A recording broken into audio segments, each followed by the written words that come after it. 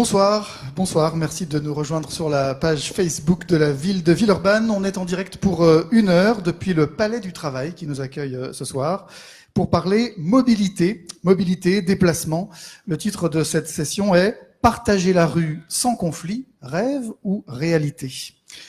Ce deuxième Facebook Live s'inscrit dans une discussion profonde avec les habitants de Villeurbanne. On est exactement dans la suite des tables citoyennes qui avaient été organisées dans le cadre du bilan de mi-mandat, des rencontres multithématiques où on s'était rendu compte que les Villeurbanaises et les Villeurbanais sont très intéressés, très concernés par ces questions de mobilité et de partage de l'espace urbain.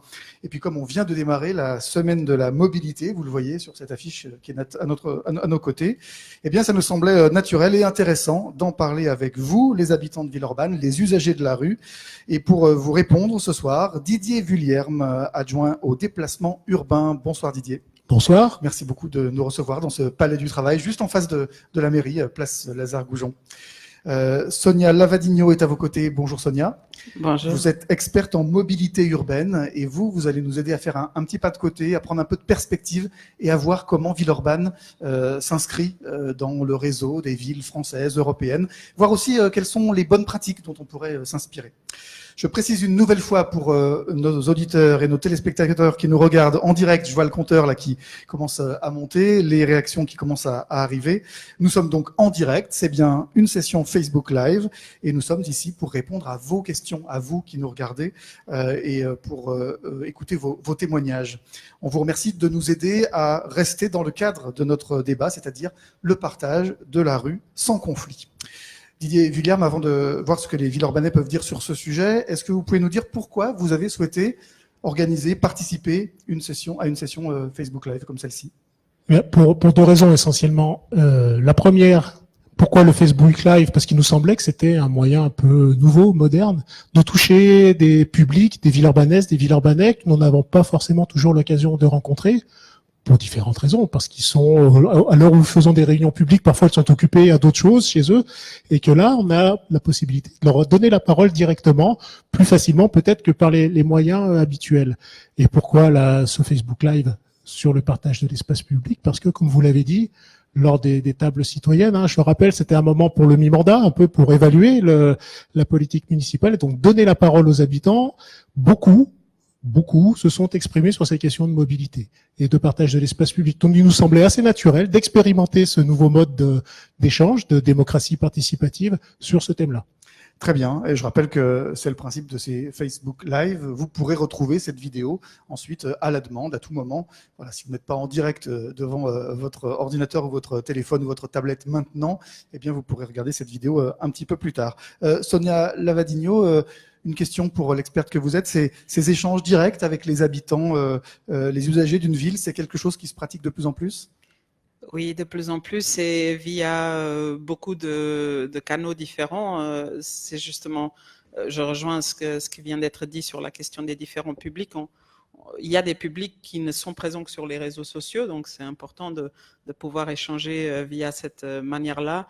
Je pense aussi que le côté spontané, temps réel, est une vraie plus-value dans ce genre de cas, parce que ça permet de sortir justement d'un débat dans lequel les gens restent finalement passifs au fond de la salle, et là au contraire ils sont au front de leurs écrans, donc ils peuvent vraiment poser les questions qu'ils veulent, et ça nous permettra à tous d'être beaucoup plus réactifs, et je pense que ce sera vraiment intéressant comme débat. Alors allons-y. Pour commencer, on va parler des aménagements réalisés à Villeurbanne, des aménagements, des réaménagements, des évolutions qu'on peut constater, et on va vous demander de témoigner, de réagir, de nous dire ce que vous pensez de ces projets, de ces aménagements.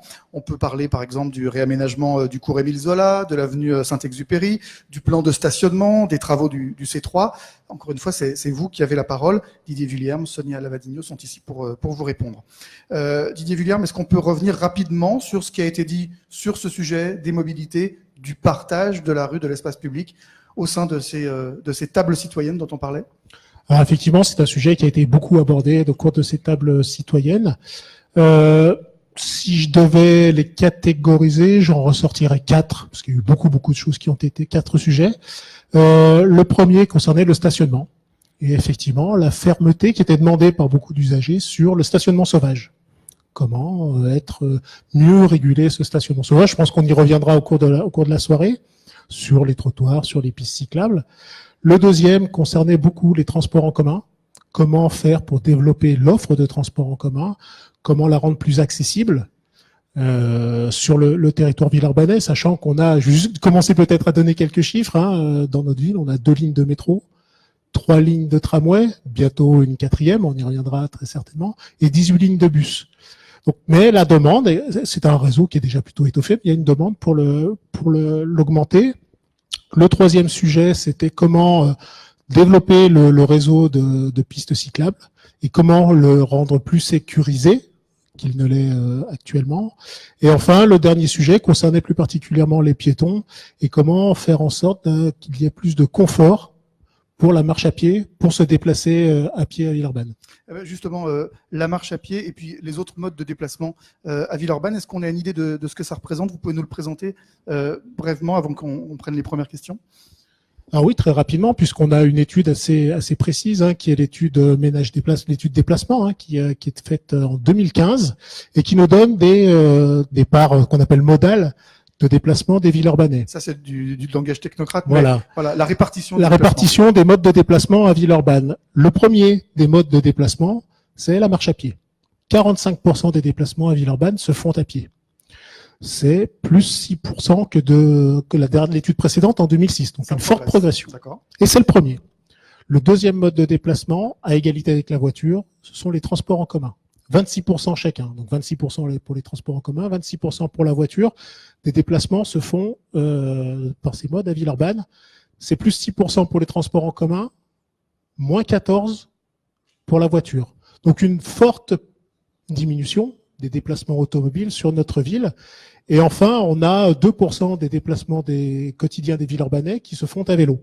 Là aussi, une progression, puisqu'on a quasiment doublé entre 2006 et 2015, le nombre de déplacements à vélo. Et puis, ça ne fait pas tout à fait 100%, il reste 1% qui est autre mode, mais on y reviendra peut-être par la suite. D'accord. Sonia Lavadigno, très rapidement, comment se situe Villeurbanne par rapport aux autres villes françaises de taille comparable, de problématiques comparables sur ces répartitions? Alors, ça me réjouit plutôt d'entendre ces chiffres parce que c'est des chiffres plutôt exemplaires. 45% pour une ville de la taille de Villeurbanne, c'est vraiment bon. 45% de marche à pied. De marche à pied, je parle, mais surtout ce qui m'intéresse, c'est la diminution assez spectaculaire, 14 points en 10 ans de voitures. C'est une progression assez spectaculaire qui est due aussi sans doute à des améliorations que vous avez dû faire dans votre espace public et dans aussi l'offre, je dirais le degré d'intégration multimodale, non seulement de la marche, mais de la marche en lien avec les transports publics, en lien avec ce qu'on appelle finalement les habits de vitesse. Comment finalement ce qui est important, c'est de donner aux gens une garde-robe multimodale plus forte dans laquelle vous avez non seulement le t-shirt de la marche, mais le jour où il pleut, vous avez le parapluie des transports publics et le jour où vous êtes bien mais vous vouliez aller un peu plus vite, vous habillez un peu plus sport et vous montez sur votre vélo. Oui, donc ce qui est important, c'est d'avoir cette garde-robe très développée et quand on a beaucoup d'habits de vitesse, on n'est pas obligé de s'habiller toujours en voiture, vous voyez. Je comprends. Allez, on rentre dans le vif du sujet avec une première question de Karim. Il y a des travaux partout en ville en ce moment. Il est très difficile de circuler. On cherche à faire fuir les voitures. Didier Vuillarme. Alors, je ne l'exprimerai pas de la même façon. Effectivement, on cherche à transformer la ville. C'est comme ça qu'il le vit, lui. Qu'il le vit, mais voilà, je vais le traduire comment nous le souhaitons, comment nous l'avons envisagé. Effectivement, nous souhaitons mieux équilibrer les modes de déplacement. Le XXe siècle, notamment la deuxième partie du XXe siècle, c'est construit sur le tout voiture, où toute la place de l'espace public était donnée à la voiture, 95%. Le XXIe siècle, on a eu 10 000 personnes qui ont marché pour le climat le week-end dernier, plutôt le week-end d'avant. On a une vraie préoccupation sur la qualité de l'air. Le XXIe siècle sera plutôt orienté vers les modes doux. Il y a donc une période de transition à faire. Et ça passe par plusieurs façons, et notamment de réaménager l'espace public pour donner de la place aux autres modes, que ce soit les piétons, les cyclistes, les transports en commun. Et ça ne se fait pas en un claquement de doigts. Et donc, effectivement, ça ne se fait pas en un claquement de doigts. Ça passe par des travaux qui sont forcément perturbants pour les usagers à un moment, ne serait-ce que parce que ça bouleverse nos habitudes. Tous autant que nous sommes. Et dans la mobilité, je ne sais pas si Madame Lavadigno nous le confirmera, mais l'habitude être quelque chose de très important. Si ça fait 20 ou 30 ans que j'ai l'habitude d'aller à mon travail d'une façon, que ce soit en bus ou en voiture, c'est difficile de changer Bien cette sûr. habitude. Bien sûr. Donc voilà, ça perturbe forcément les usagers, mais c'est pour préparer assez rapidement une ville qui sera plus agréable, avec un air qui sera, on l'espère, plus pur, etc. Jérôme nous demande, le C3, c'est une blague, on pensait avoir amélioré le trafic, mais c'est de pire en pire. Alors, il n'explique pas, Jérôme, pourquoi c'est de pire en pire, mais est-ce que vous pensez comprendre à quoi il fait allusion? Je comprends parfaitement ce que dit Jérôme, d'autant plus que je suis moi-même, pas tous les jours, mais régulièrement usager du C3, et qu'effectivement, du fait de travaux qui sont pas tout à fait terminés, hein, la fin du chantier C3 sera en septembre 2019, le trafic des bus n'est pas encore optimal. Il y a encore effectivement parfois 2 bus qui se suivent, un qui est plein, l'autre qui est vide, ce que nous cherchons à éviter. Mais cela viendra à la fin des travaux et je le rejoins, pour le moment, on n'est pas encore on est toujours dans cette phase d'amélioration. On est toujours dans cette phase de transformation, hein, de réaménagement, de transformation. Sonia Lavadigno, voilà, ça se fait pas en un claquement de doigts. Il faut des études, il faut des constats, des études, des mises en place de chantiers. On sait que c'est toujours long. Et puis après, il faut ouvrir la ville, défoncer les trottoirs, réaménager. Et c'est difficile pour les usagers à ce moment-là. On peut avoir l'impression que ça dure très longtemps. Il n'y a pas de beauté sans bistouri, hein. Il n'y a pas de beauté sans bistouri. Effectivement, c'est toujours un peu long et ça paraît toujours plus long quand on doit chambouler nos habitudes. Je pense que c'est aussi l'occasion de découvrir des astuces, des nouveaux choix de route, des itinéraires qu'on n'avait pas imaginés. Tout d'un coup, on découvre que couper par un parc ou passer par un autre pont que celui qui est en travaux, bah, finalement, ça rend le chemin plus court et on l'avait jamais imaginé. Il y a aussi des possibilités de changer de mode. Je pense notamment quand on était en travaux, le tunnel d'Aiguillon au-dessus de Montreux, c'est des travaux qui ont duré 3 ans. Alors là, clairement, les automobilistes se sont dit, bon, soit je vais rester des heures et des heures, ou soit je vais prendre le train, prendre le bateau. Tout d'un coup, ça a permis de découvrir le lac Léman d'une autre manière. Et il y a beaucoup de gens qui ont gardé ces nouvelles habitudes.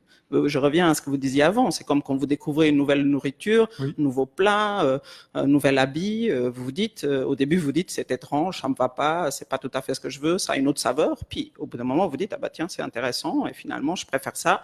Et puis, aujourd'hui, je mange beaucoup de glace à la pistache, alors que quand j'étais petite, je détestais ça. Donc, il y a aussi parfois c'est pour moi des opportunités aussi. Et les travaux, bien qu'ils soient souvent mal vécus, et je peux comprendre aussi, hein, personne n'aime marcher dans les trous ou sur des planches qui tiennent à peine, quoi. Mais en même temps, il faut pas oublier que la ville sera plus belle après. Et cette beauté-là, c'est aussi ça qu'on cherche et c'est aussi pour ça qu'on fait ces efforts. Il n'y a pas de beauté sans bistouri. J'ai bien compris ce que vous aviez dit. Didier Vuillerme, SPK nous demande de parler de pistes cyclables et nous demande s'il y a de nouveaux projets pour les vélos. Oui. Mais bon, je ne vais pas me limiter à cette réponse. Effectivement, on a un plan mode doux, hein, qui a été développé par la métropole et qui fixe un certain nombre d'objectifs, notamment sur Villeurbanne. Je vais juste rappeler qu'en 2014, on avait atteint l'objectif qu'on s'était fixé, on l'avait même dépassé, et que très probablement en 2020, on atteindra l'objectif final qui était fixé par le plan Moldou. Ça passe par les aménagements qui ont été réalisés, qui sont en cours sur le cours Émile Zola, par C3, mais aussi, je pense, par des aménagements qui paraissent aujourd'hui un peu plus compliqués, mais qui sont fondamentaux, comme par exemple le franchissement du périphérique et du canal de Jonage à Cusset, Ouais. pour relier le secteur de Cusset, donc l'intra-périphérique, vers tout l'Est lyonnais. Et ça, ce sera... Et d'abord à Saint-Jean. D'abord à Saint-Jean, puis tout l'Est lyonnais ensuite, que ce soit Dessines, Vaux-en-Velin. Voilà. Donc ouvrir le réseau cyclable de l'hypercentre à toute la couronne de l'Est lyonnais. Et ça, ce sera réalisé en 2019. 2019, on pourra accéder à l'Est lyonnais et à Saint-Jean, etc. Voilà. En vélo depuis Cusset, depuis le secteur Cusset. C'est un projet important, hein, parce que tout le monde peut facilement imaginer que franchir et un canal et un périphérique, c'est pas une mince affaire. Les études ont été réalisées, donc les travaux seront lancés l'année prochaine. Très bien. Robert nous dit qu'il est bien content du constat de la marchabilité de la ville. 45%, je rappelle ce chiffre qu'on a annoncé tout à l'heure. Robert dit « Je suis adepte de la marche à pied dans Villeurbanne ».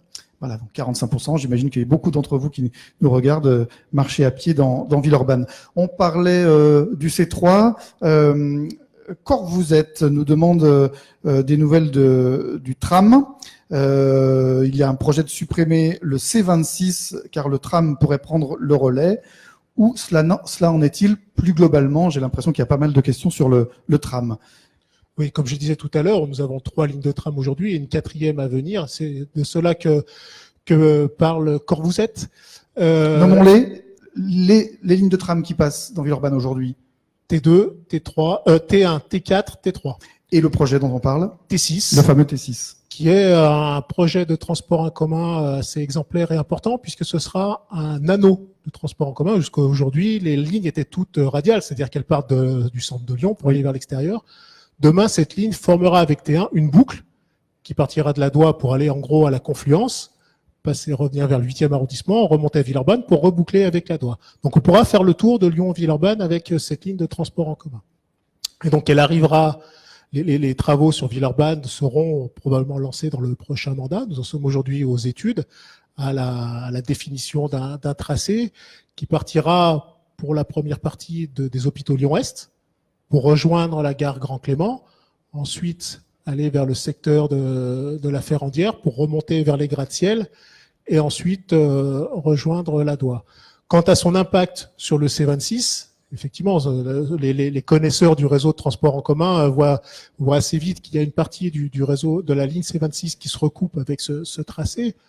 Nous verrons au moment où les choses seront définies s'il faut revoir le réseau de surface. Mais pour le moment, il n'y a pas de projet de suppression de C26. Il y a en revanche un projet de tramway sur lequel nous travaillons. Très bien. Monique nous demande si on peut faire passer un tram au gratte-ciel sans réduire les trottoirs, spécialement place Aristide Briand. Voilà une question très précise. Est-ce qu'on peut faire passer un tram au gratte-ciel, donc j'imagine que c'est le T6 dont vous parliez, sans réduire les trottoirs et spécialement place Aristide Briand? C'est Monique qui nous demande ça. Alors, je suis moins expert de ce qui se pratique en Europe que Madame Lavadigno, mais il y a des endroits où ça se pratique. Et c'est bien notre objectif sur Villeurbanne de faire passer le tramway dans les gratte-ciel et de créer un espace public confortable et généreux, notamment pour les piétons.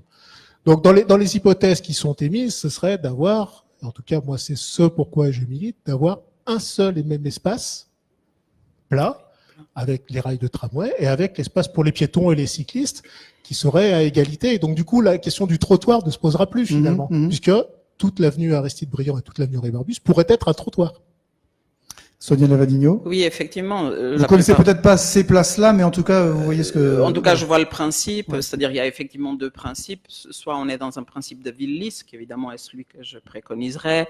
En Suisse, c'est généralement ce qu'on choisit, y compris dans des places complexes. Je pense par exemple la place de la gare de Bâle, qui est une des places les plus compliquées, avec des dizaines de tramways, et puis qui est complètement lisse. On est là dans une approche justement qui est beaucoup plus facile pour les mamans qui ont des poussettes, les parents, les pères aussi évidemment, pour les personnes qui ont des valises, pour les personnes à mobilité réduite, c'est plus facile. Évidemment, après, il y a des questions où s'il y a un partage encore à gérer avec les voitures, il faut évidemment le marquer d'une manière ou d'une autre, mais il y a des solutions techniques très efficaces qui répondent à ça. Les villes qui optent pour un traitement de type ville lisse, je pense notamment à Bordeaux, à Nantes, sont des villes où le tramway est très fréquenté, où ça marche très très bien.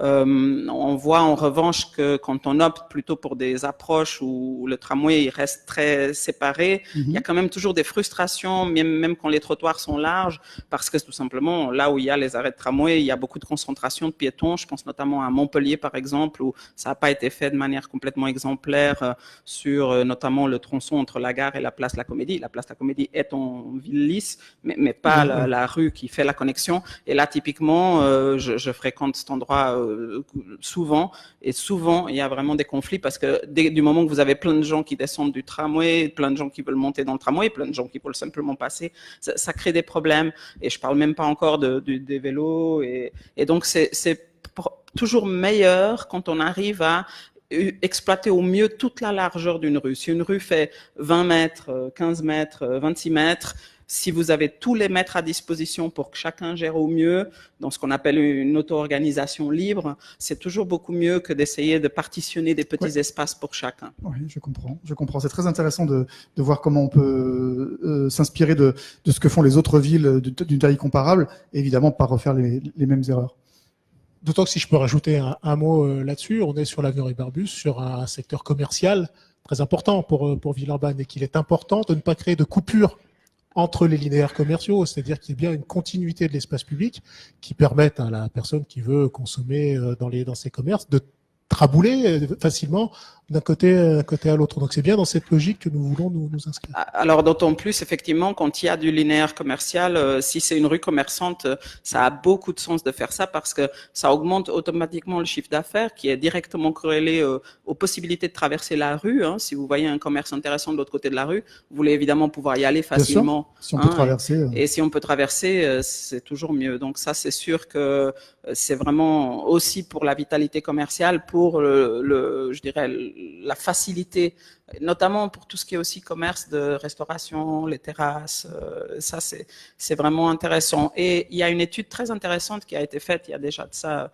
pas mal de temps, mais qui reste très intéressante en termes de résultats, par Donald Appleyard, qui avait démontré que le nombre de personnes que nous connaissons dans une rue est directement proportionnel à la facilité des traversées. Donc plus vous pouvez traverser la rue, plus vous allez faire des amis, des voisins, plus vous allez connaître des gens dans cette rue. Donc c'est une raison particulière pour laquelle j'encouragerais vraiment à ce que vous facilitiez ces traversées. C'est pas juste une question de mobilité, c'est vraiment important pour le voisinage, pour créer des liens de voisinage. Et en plus, il paraît que c'est très à la mode de traverser la rue en ce moment.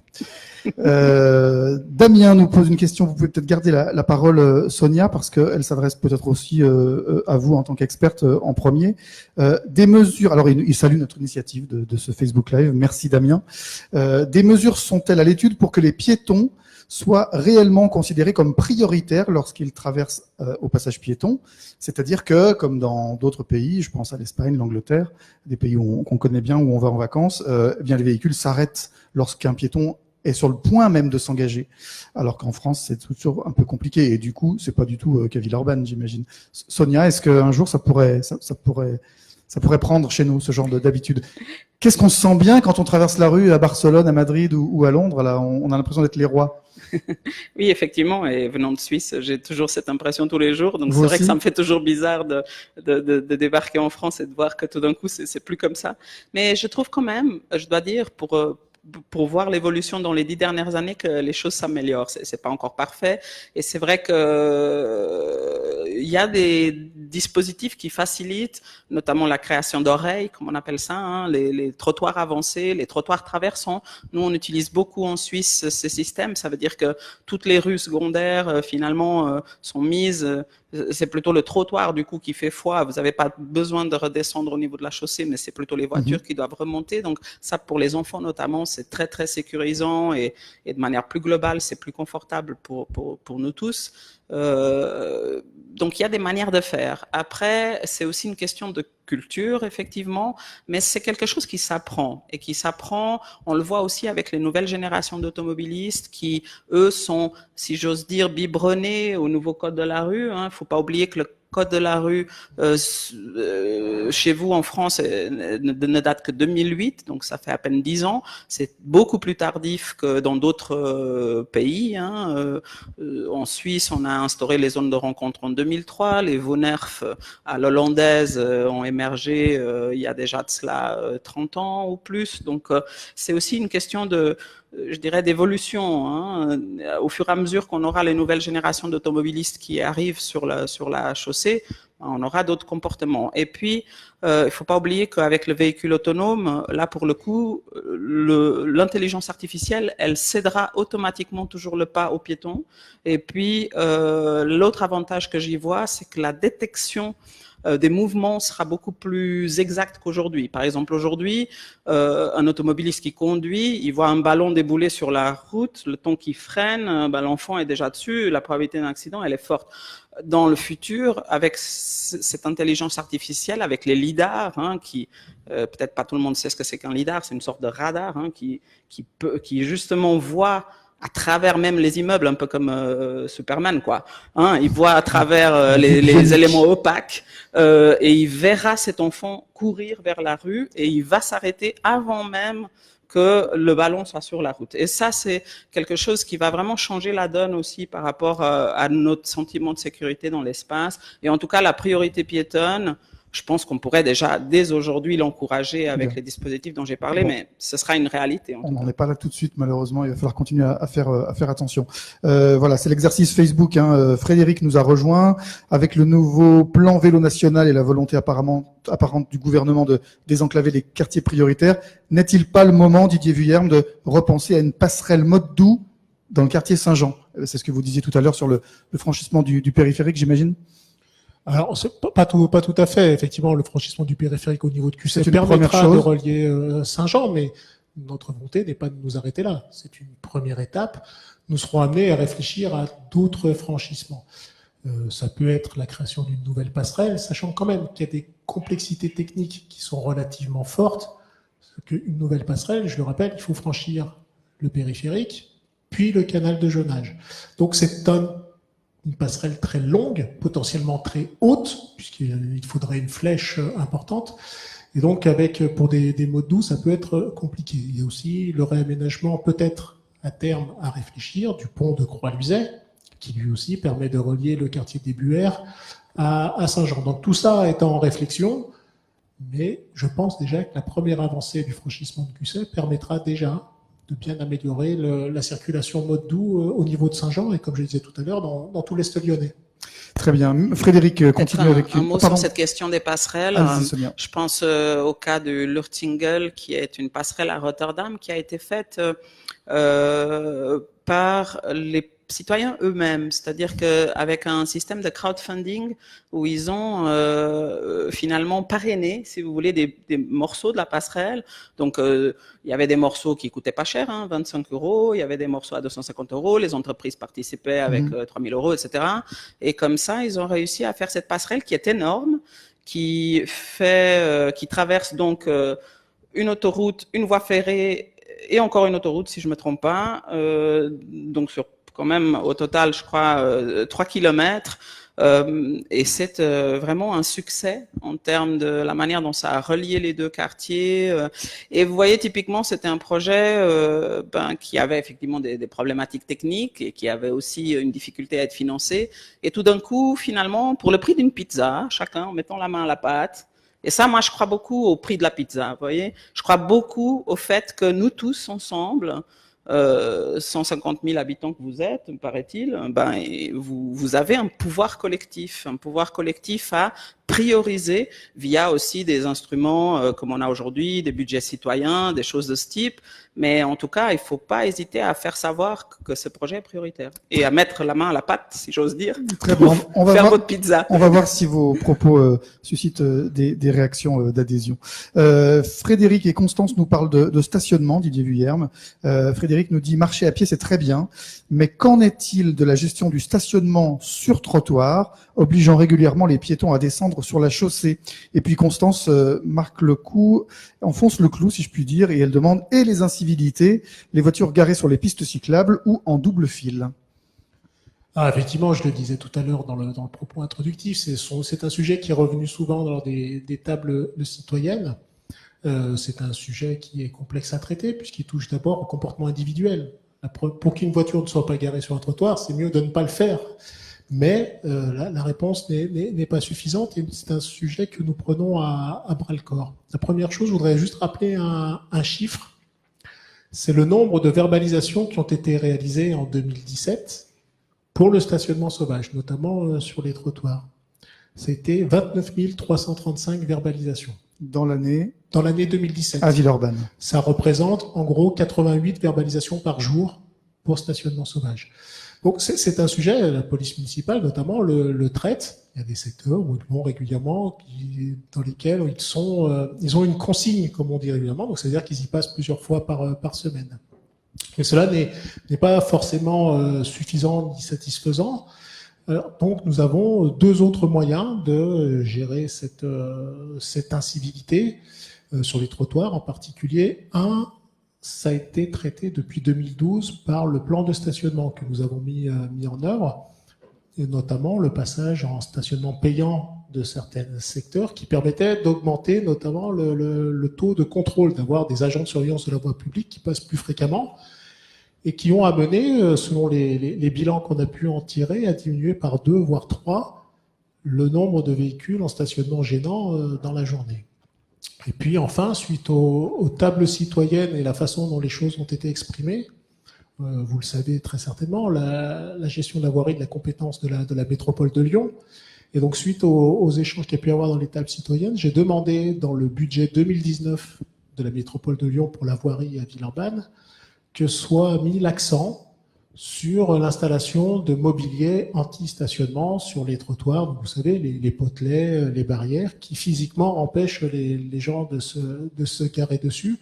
Donc, il y a un certain nombre de rues qui sont déjà programmées. Je pense par exemple à la rue Camille Coquelin, dans laquelle il y aura des piquets, des barrières tout le long de la rue pour empêcher les gens de se garer dessus. C'est un vrai sujet, pour le coup, de partage de l'espace public. Il faut aussi, en plus de ce que la force publique peut pratiquer, que chacun aussi se police un peu. Se gendarme un peu, voilà.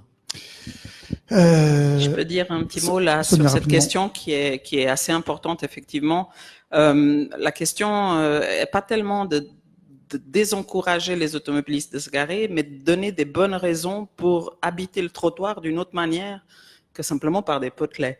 Je dis ça parce que le fait de mettre en place des systèmes désagréables ne va faire qu'une chose, c'est de renforcer l'idée que là où il n'y a pas de potelet, on peut automatiquement se garer, ce qui est généralement le cas. Et c'est pour ça, je pense en fait qu'en France, ces incivilités sont si nombreuses. C'est parce qu'en France, vous avez des potelets qui poussent, on veut-tu, on voilà. Et c'est quelque chose qu'on ne voit pas du tout dans les autres pays européens, et qui, de mon point de vue, est vraiment une maladie spécifiquement française.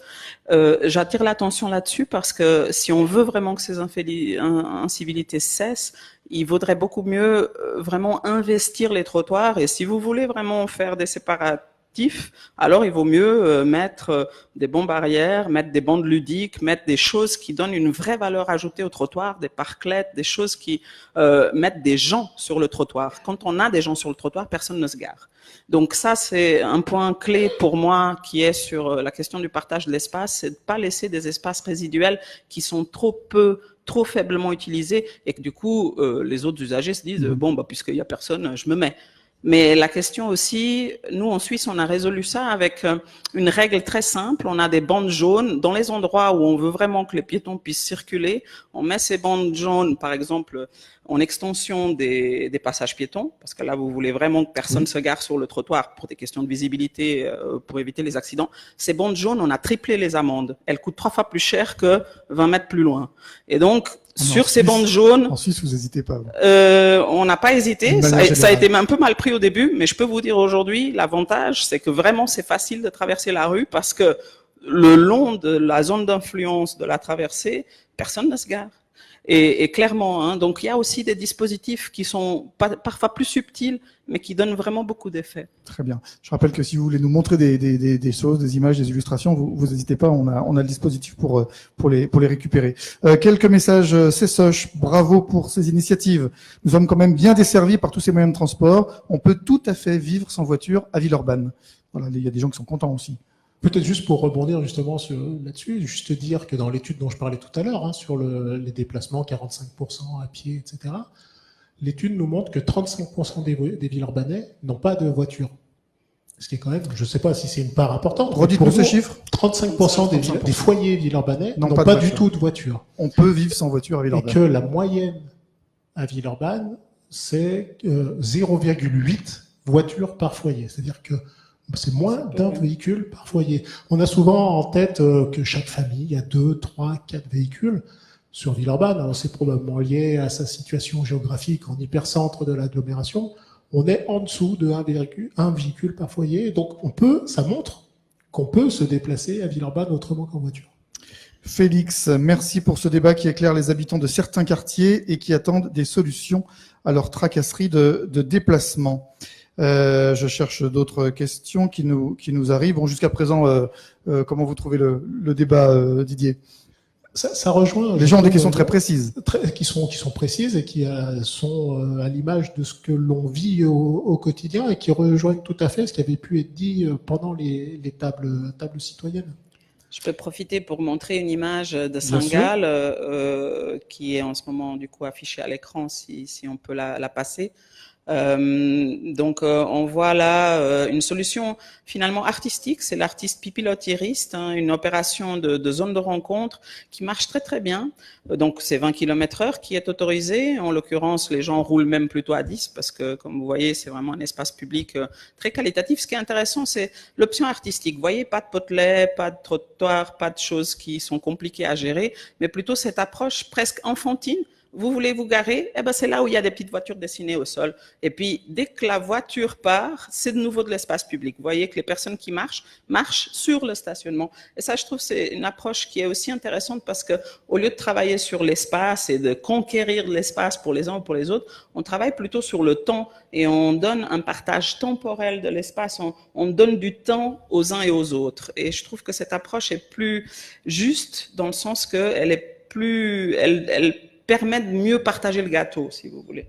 Très bien, je souhaite la bienvenue aux personnes qui nous rejoignent. Ils sont de plus en plus nombreux à nous regarder. Vous êtes donc en direct sur Facebook pour cette soirée, cette petite session d'une heure, voilà, qui dure déjà depuis une bonne demi-heure. Et nous sommes à peu près à la moitié de nos échanges. On est en direct du Palais du Travail avec Didier Vuillerme, adjoint au déplacement urbain, avec Sonia Lavadigno, experte en mobilité urbaine.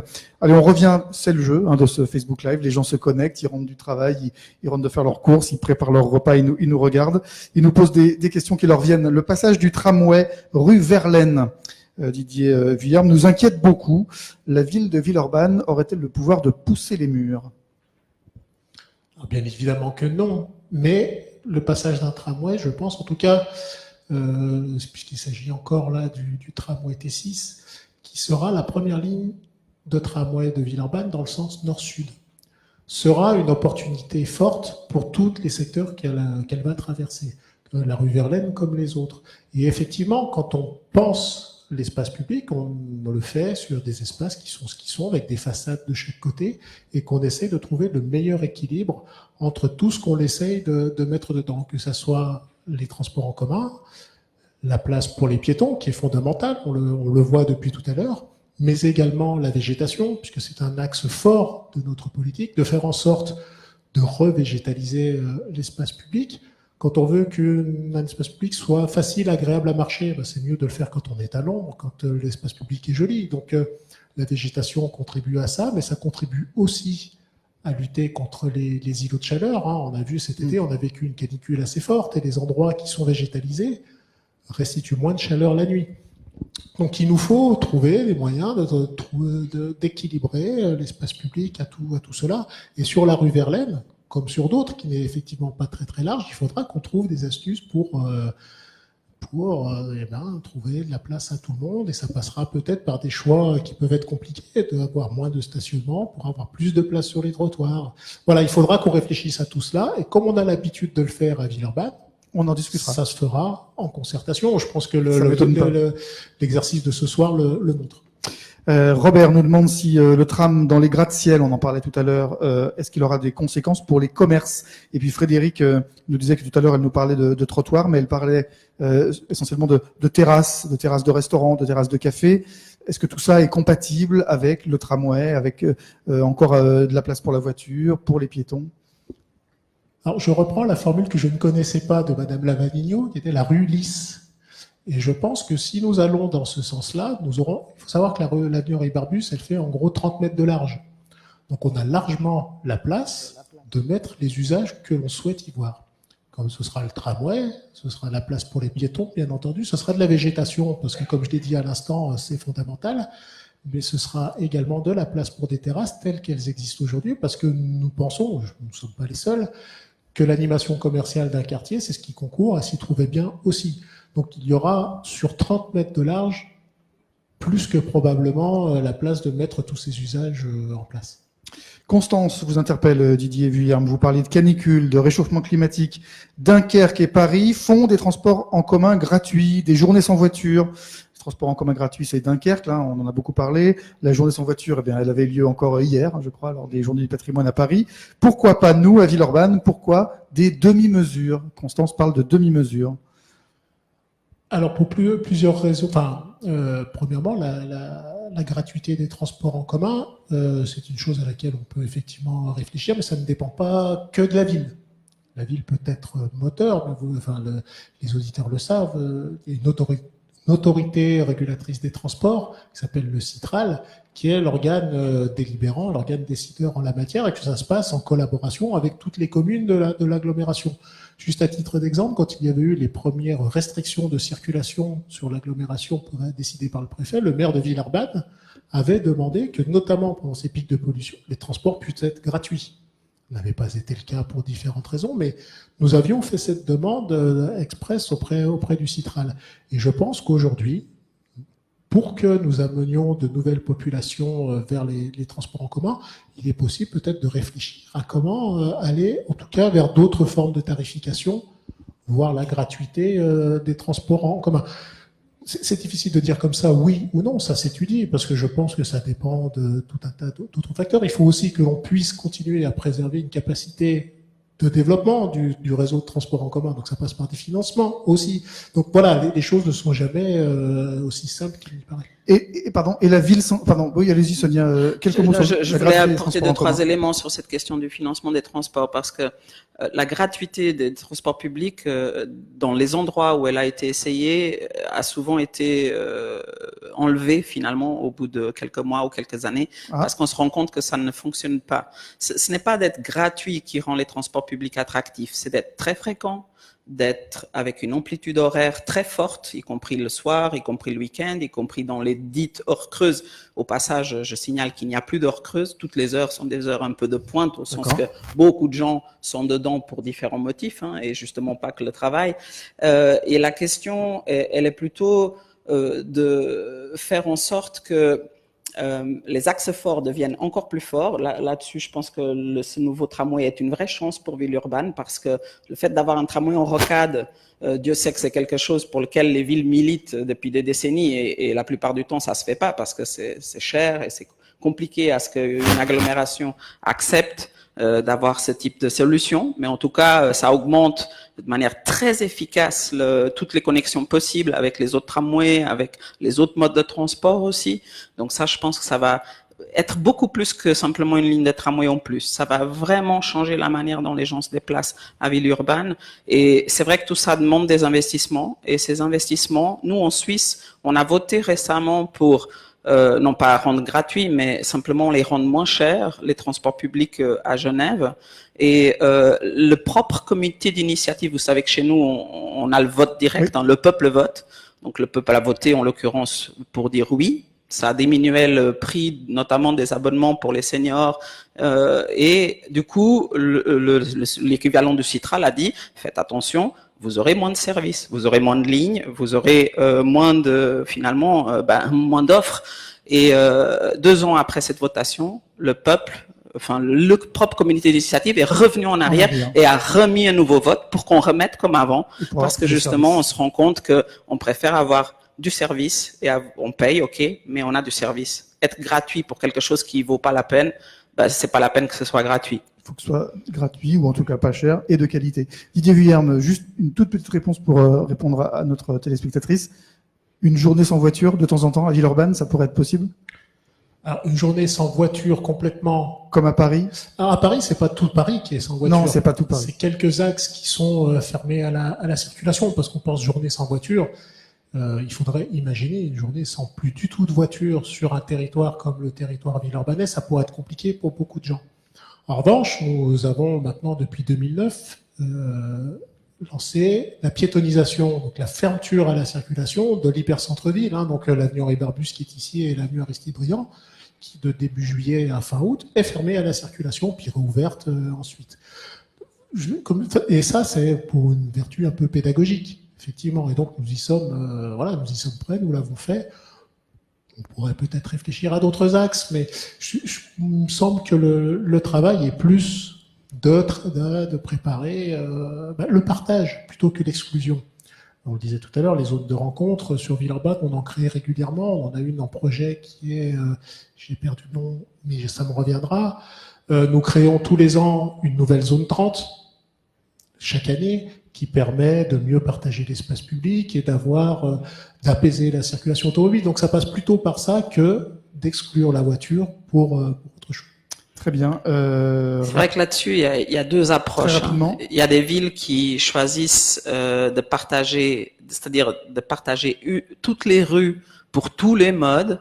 Ça, c'est un peu comme quand vous voulez forcer tous vos enfants à manger du gâteau à la carotte, alors qu'il y en a qui aiment pas la carotte et il y en a qui adorent la carotte, quoi. Il vaudrait mieux laisser celui qui adore la carotte manger 2 tranches de gâteau et celui qui aime pas les carottes manger aucune tranche de gâteau, quoi. Et manger peut-être un dessert, un autre style. Et la question pour moi, elle est, vous avez ici 180 km de réseau, j'ai cru comprendre, réseau Vière. Sur ces 180 km, qu'est-ce que vous faites avec tous ces kilomètres? Est-ce que c'est là-dessus, il y a des villes comme Berlin, comme Gand, en Belgique, qui ont plutôt décidé que certaines rues allaient justement être sorties du réseau général pour devenir des rues dites de superconnecteurs ou de magistrales, comme on a pu faire par exemple à Strasbourg aussi, où du coup, c'est des rues qui sont plus prioritairement pleine de gâteaux à la carotte pour les marcheurs et les cyclistes. Et inversement, il y a d'autres rues qui restent plus de gâteaux à la carotte pour les automobilistes.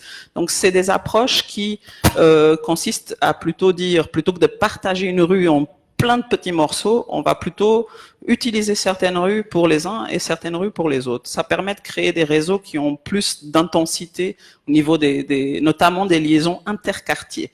Quand vous voulez vraiment développer la marche et le vélo sur un territoire, vous devez vraiment disposer de 3 de ces super connecteurs sur 1, 2, 3 kilomètres et faire en sorte que ce soit vraiment facile pour les gens de circuler là-dessus à pied, à vélo. Donc ça, il y a quand même des villes qui le font et ça donne des résultats plutôt bons. Hein. Je pense à Bilbao, je pense à Berlin où ils viennent de déclasser 500 km de leur réseau. Alors évidemment, Berlin est plus grande ville urbaine, donc ils ont au total 3000 km, mais donc c'est quand même conséquent. 500 km, c'est pas rien. Donc là, on a aussi des marges de manœuvre intéressantes sur lesquelles on peut réfléchir. Il est 19h15, on est en direct toujours du Palais du Travail pour cette session Facebook Live sur le début de la semaine de la mobilité et le partage de la rue. Il nous reste un petit quart d'heure. Puisqu'on parle du partage de la rue, de l'espace urbain, il en faut pour tout le monde. Il y a un mode qu'on n'a pas encore évoqué, ce sont les motards. Il est de plus en plus difficile de remonter les fils, nous dit Floriane. Les fils, voies de bus, pistes cyclables. On voit de plus en plus de comportements dangereux car certains empruntent la piste cyclable par manque de place. Comment faire? Et puis, il y aurait une autre question de Damien juste après. Alors, les motards. Alors, si je comprends bien la question, c'est quelle place est donnée aux motards finalement Oui. Parce qu'on voit bien que c'est voilà les voies rétrécissent. Et oui, puisque, comme je disais tout à l'heure, on essaye de partager différemment l'espace public, mais l'espace public, il reste dimensionné de la même façon. Comme le disait notre auditrice tout à l'heure, on ne pousse pas les murs. Et donc, aujourd'hui, nous avons plutôt tendance, je ne sais pas si ça se pratique de la même façon ailleurs, à considérer les motards comme des automobilistes, finalement, motards, scooters, et donc de leur donner la place qui est sur la chaussée roulante, et plutôt de laisser de la place sur les trottoirs pour les piétons. Ça paraît évident, quoique pas forcément toujours pour tout le monde, et les pistes cyclables pour les vélos. Et moi, j'invite quand même plutôt les motards à ne pas utiliser les pistes cyclables parce qu'ils font courir un vrai danger aux cyclistes, puisqu'ils ont des vitesses qui sont évidemment pas du tout les mêmes, et que ils sont d'ailleurs en infraction au sens du code de la route. Donc voilà, aujourd'hui, nous considérons les motards comme des automobilistes, et quand il y a un bouchon, ils sont dans le trafic comme les autres. Très bien. Damien, comment est appréhendé le développement des nouveaux modes de déplacement urbain, trottinettes, monoroues, pratiques mais pas forcément bien utilisés par tous dans leur environnement? Alors je rejoins tout à fait Damien dans ce qu'il dit. Ça va très vite dans l'évolution. Ça va très vite, on a des nouveaux modes. Donc les trottinettes, ça fait déjà quelques années. Trottinettes électriques. Il y a les overboards, les gyropods, les gyroways, même les vélos électriques, qui sont aussi des véhicules qui font pas de bruit et qui peuvent aller très vite, pour lesquels il n'existe pas aujourd'hui de réglementation, il n'existe pas tellement d'antériorité dans les usages. Il y a des réflexions, le CEREMA mène en ce moment des réflexions importantes sur cette question. C'est pas d'ailleurs ici chez vous, nous en Suisse aussi on en mène. C'est un problème général, mondial, même si j'ose dire. Pour moi, cette question, elle va devenir très cruciale au fil des prochaines années pour une raison qui devrait commencer à nous sauter aux yeux. C'est que jusqu'à maintenant, c'était toujours plus de 50 km/h, les modes motorisés, et puis la zone de rencontre avec du 20, du 30. Et aujourd'hui, on n'a pas du tout ça dans la rue. Ce qu'on a dans la rue, c'est la mamie qui marche à 2,5 km/h, la personne qui marche à 5 km/h, qui va prendre son train et qui court à 6-7 km/h, la personne qui court vraiment, qui elle est plutôt à 10 km/h, la personne en solo wheel qui est peut-être à 15-20 km/h, le vélo électrique qui peut monter jusqu'à 45 km/h, le vélo tout court qui est entre 20 et quelques. Donc en fait, ce qu'on voit aujourd'hui, c'est que si on faisait, on va dire, des petites pistes pour chacun, on en arriverait à devoir créer, et on n'est même pas encore à du 50 km/h, on aurait déjà besoin de 10 pistes. Donc on ne pourra pas. Ça, ce ne sera pas la nouvelle solution. La nouvelle solution sera donner beaucoup plus d'espace et laisser les gens autoréguler par rapport à ces différentiels de vitesse qu'ils auront.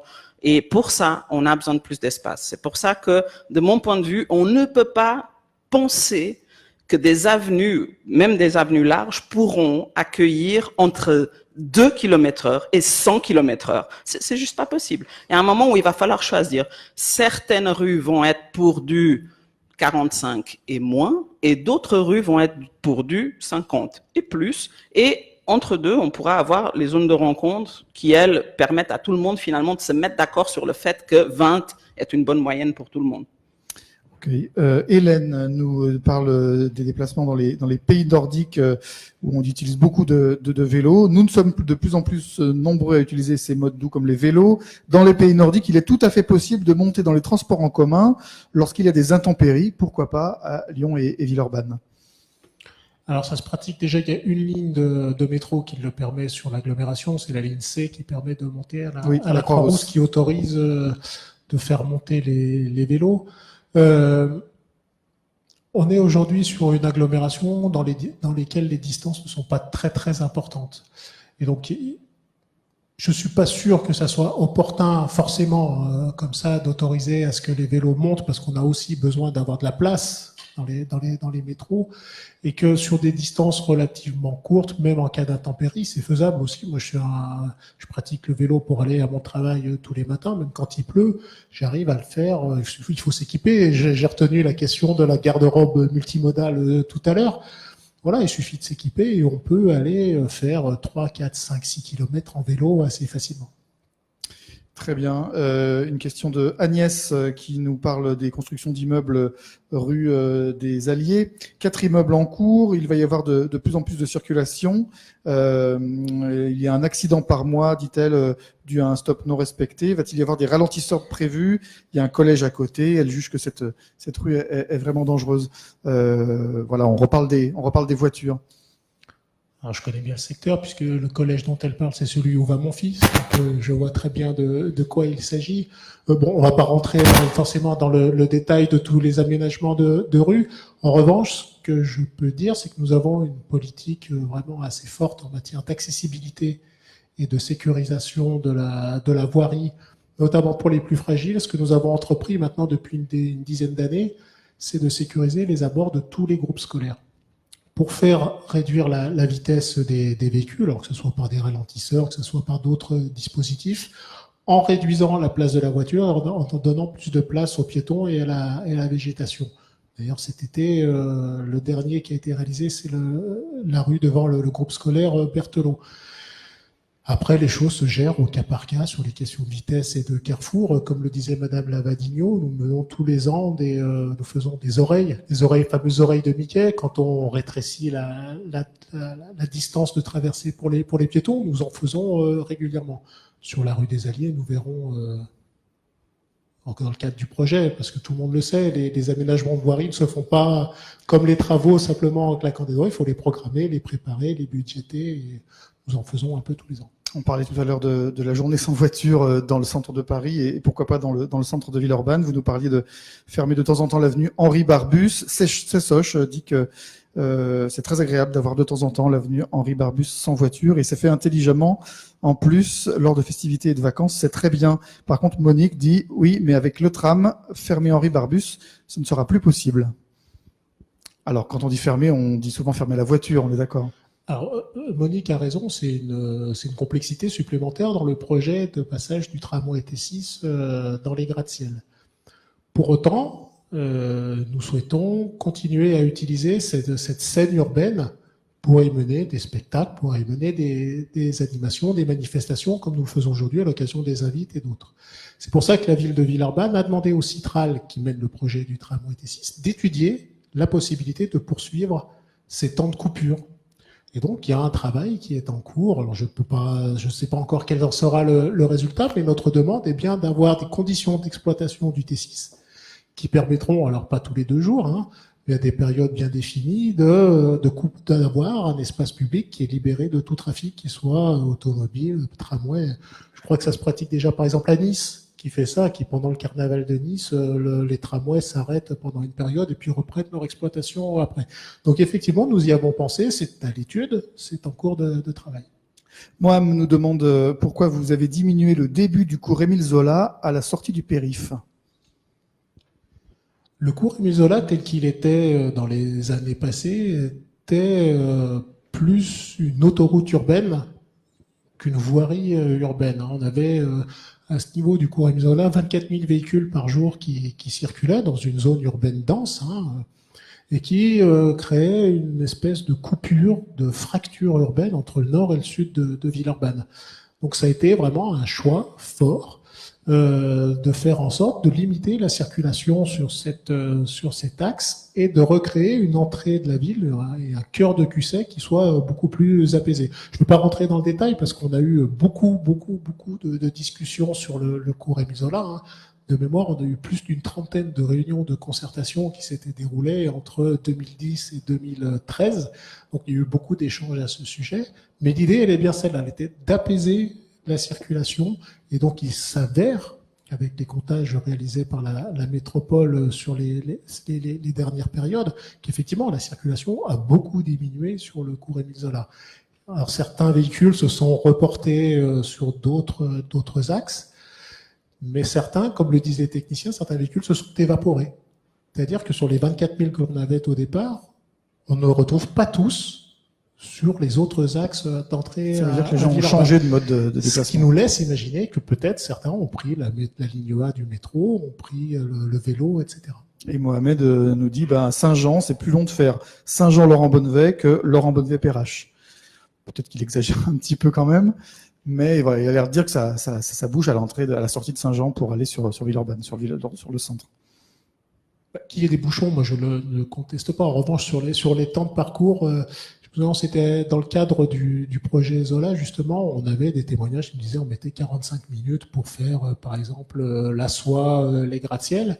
Et du coup, pour objectiver les choses, parce que quand les gens vous disent ça, il faut essayer un peu de comprendre ce qui se passe. La métropole avait commandé, du coup, vous savez, les données d'une société de GPS. Les GPS, ils remontent en permanence vos données de trafic. Donc c'est de façon totalement anonyme, mais qui donnait les temps de parcours entre les gratte-ciel et l'autre côté du périph'. Et on était à plus de 2 fois moins que ce qui nous était annoncé souvent. Donc effectivement, quand on contraint un peu la circulation de la voiture, on met plus de temps. Mais pas non plus dans des proportions qui sont celles qui nous sont annoncées. Bien, il n'y a plus beaucoup de temps pour répondre aux questions. Elles ont été nombreuses. Didier Vuillerme, un mot de conclusion rapide. Qu'est-ce que vous avez retenu de ces échanges, de cette session?